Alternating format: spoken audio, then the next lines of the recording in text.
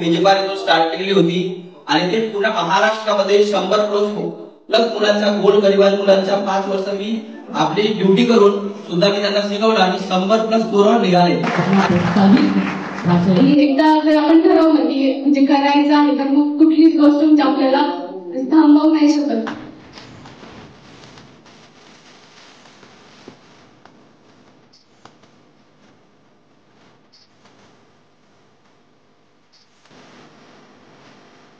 मी जे करतो आहे ते सत्य करून दाखवेल। आय कॅन विन, मी जिंकू शकतो। आय कॅन डू इट, मी करू शकतो। जी गोष्ट तुम्हाला येते ते तुम्ही चुकला ते तुम्ही मागं 100 नाही गेला, हे लक्षात ठेवा।